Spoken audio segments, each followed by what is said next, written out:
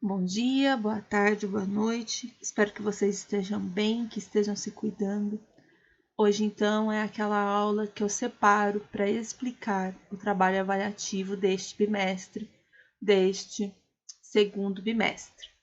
Neste trabalho, a gente vai fazer uma produção textual e é uma produção textual endereçada a alguém muito especial, muito corajoso, forte e que viveu no estado do Piauí.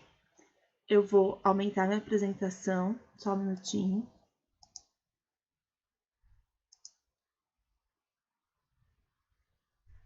Então, para isso, para combinar com a personalidade que a gente vai falar bastante nessa aula e que vai ser tema do nosso trabalho também, eu chamei essa atividade de uma carta de coragem. Qual que é a nossa pauta de hoje, antes de falarmos do trabalho especificamente? A gente vai falar o que é um gênero do discurso, a gente vai estudar esse conceito um pouco mais profundamente depois. A gente vai falar sobre o que é uma carta, que tipo de texto, o que tem que ter uma carta para que ela seja, para que ela tenha esse formato e seja classificada como uma carta. A gente vai falar um pouquinho sobre Esperança Garcia, que é uma mulher negra escravizada, que viveu no Piauí, que vai ser a temática do nosso trabalho. E a gente vai depois falar do trabalho em si, da atividade. Então, o gênero do discurso, vamos entender o que é esse conceito. Bakhtin foi um importante linguista, os estudos da linguística, do que a gente entende da comunicação, tem grande base nos estudos dele. E ele defende que gêneros do discurso são as formas padrão de texto, a gente pode classificar assim, que são estáveis e são determinadas socio-historicamente. Por exemplo, a notícia é um gênero que a gente usa para determinadas situações, quando a gente tem que comunicar um fato, seja por meio da TV, seja por meio de sites, por meio dos jornais, os jornais impressos. Então, a gente vai usar a notícia que tem um padrão específico, relativamente estável, e que sempre está relacionado também ao contexto sociocultural. Por exemplo, receita. A receita é um outro padrão, um outro gênero do discurso, que ela também tem as características dela e você usa numa determinada situação. Deixa eu pensar. Antes a gente tinha muito fax, telegrama, que hoje já não são mais muito utilizados. Por exemplo, principalmente o telegrama, que era cobrado pelo tamanho do texto, então eram textos muito curtos. Hoje a gente já não precisa mais usar o telegrama, a gente pode utilizar e-mail, mensagens. Então, a gente vai criando esses novos padrões, os novos formatos de texto, à medida que a sociedade vai também se modificando. E a carta é um gênero do discurso. Ela tem um padrão relativamente estável e é com esse gênero do discurso que a gente vai trabalhar hoje, que vocês vão ter que desenvolver depois. A principal característica da carta é que eu tenho um remetente, um emissor, que vai mandar essa carta para alguém para dizer algo para alguém, que é esse receptor, esse destinatário. Então, quando eu tenho que escrever, enviar uma carta, eu, Rafaela, vou enviar uma carta, por exemplo, para minha irmã. Então, eu sou o remetente, o emissor, e é ela quem vai receber essa carta. Então, receptor, destinatário. É para ela que eu vou dirigir meu texto, as informações que vão estar lá. Na carta, geralmente se começa saudando o destinatário, falando, o remetente começa saudando o destinatário, dizendo: oi, fulano de tal, como você tá? Depois relata ou expõe os argumentos, os fatos, o que motivou ele a escrever aquele texto. Geralmente está contando alguma coisa que aconteceu, o que quer relatar, algum segredo, ou argumentando alguma situação, enfim. A data em que foi escrita a carta também deve ser incluída no cabeçalho. Então, antes eu coloco lá, por exemplo, São João do Piauí, tal dia, de tal mês, de tal ano. Oi, fulana de tal, tudo bem? E daí eu começo a escrever minha carta e depois embaixo eu assino.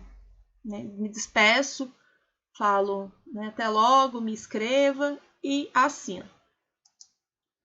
Hoje, né, a gente está vendo uma mudança, porque a carta tem sido substituída pelo e-mail. Já que o e-mail chega imediatamente, não tem o custo que uma carta tem de correio. Então, se você precisa, né, contar algo rapidamente, o e-mail tem sido muito mais utilizado. A tecnologia tem aproximado muito mais nesse sentido.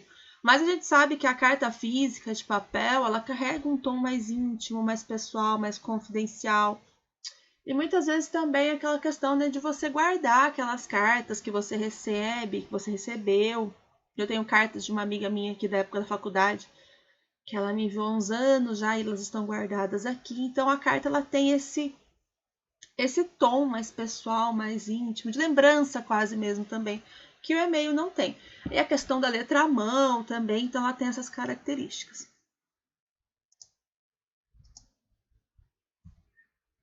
Aqui eu coloquei um exemplo, né, bem simples, mais ou menos de como fica uma carta. Então, lá em cima a data e o lugar, né, Alexandria, 22 de julho de 2004, oi Sami, como vai você? A saudação. E daí começa a relatar, né, tudo que a pessoa, que a Rita, quer relatar para o Sami, que é a Rita que está enviando a carta. Depois ali embaixo, depois de contar tudo que ela quis contar, ela coloca, né? E você, o que tem feito de bom?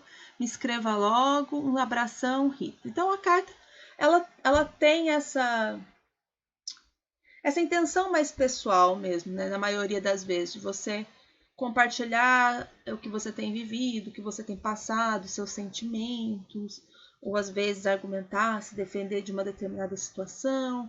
Então ela tem esse tom, né? A carta pessoal.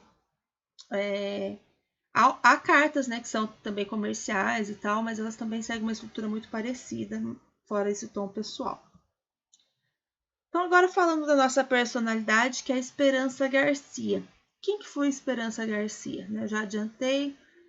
Não sei se vocês já, em algum outro momento, já estudaram, já falaram sobre ela, mas ela foi uma mulher negra, escravizada, aí no interior do Piauí, por volta de 1700 e alguma coisa, que teve um ato de coragem muito grande ao escrever uma carta contando algumas coisas, né? Contando algumas situações que ela vinha passando. Só que não sou eu que vou contar essa história para vocês. Quem vai contar é o jornalista mineiro Thiago Rogero. Ele tem um podcast, vocês sabem que eu adoro podcast, que se chama Vidas Negras. Eu coloquei o link ali, tem 2 temporadas esse podcast. E também vou deixar o link para vocês do episódio que fala de Esperança Garcia, que é esse episódio aqui, que é o Não Querem Te Ver Livre. Também coloquei o link ali.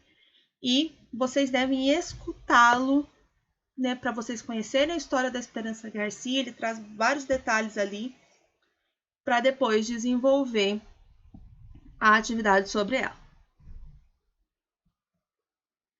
Então, após escutar o episódio, né, fazer uma pausinha, ou depois escutaram antes, vocês conseguem perceber a importância de Esperança Garcia, né, para a história brasileira, para a literatura brasileira, para a história, a gente pode separar afro-brasileira, para a literatura afro-brasileira, para a comunidade, né, negra no Brasil. Então, a importância dela, o quanto ela significa, o quanto esse ato dela foi importante e foi também muito corajoso, porque ela coloca muita coisa em risco quando ela resolve escrever essa carta, contando aquelas situações. E se vocês escutaram o podcast, vocês vão entender por que ela coloca muita coisa em risco. Ela se arrisca muito em fazer isso. Lá em 1770, se não me engano, imagina o quanto ela se arrisca ao proceder dessa maneira. É uma mulher que era escravizada no interior do país, então, ou seja, longe da capital, longe das grandes cidades. E ela tem esse ato de coragem, realmente, ela põe muita coisa em risco, inclusive, né, a própria vida. E quem escutou ali o podcast vai entender por quê. A própria vida dela, dos seus, né, enfim. E se ela é tão importante, se ela foi tão corajosa, se ela representa tanta coisa, por que será que ela ficou tanto tempo invisibilizada? Eu, que estudei bastante, né? Estou estudando ainda, mas gente, estudei bastante. Eu só ouvi falar de Esperança Garcia muito recentemente, não aprendi sobre ela na escola. E acho que se vocês aprenderam é por estarem no Piauí. Se alguém aqui já estudou, já conhecia a história dela. Porque garanto a vocês que as crianças, os adolescentes de Sudeste, de Sul, não aprendem, não conhecem. Esse ato dela, essa história dela não chega. E por que será que não chega? E se chegam tantos outros fatos, histórias tão menores? Então, dada depois dessas reflexões, a gente vai falar da atividade, a gente vai falar do trabalho. O que vai consistir esse trabalho de vocês? Então, este trabalho, né, que será a avaliação deste segundo bimestre, vai ser uma carta que vocês devem escrever, vocês, sendo vocês mesmos, a Esperança Garcia. O que vocês diriam a Esperança Garcia se fossem enviar uma carta a ela? Vocês vão enviar uma carta a ela, vamos supor que ela, né, estivesse viva, então que ela vai ler essa carta, vai ter conhecimento dessa carta de alguma maneira, o que vocês escreveriam a ela? O que vocês diriam?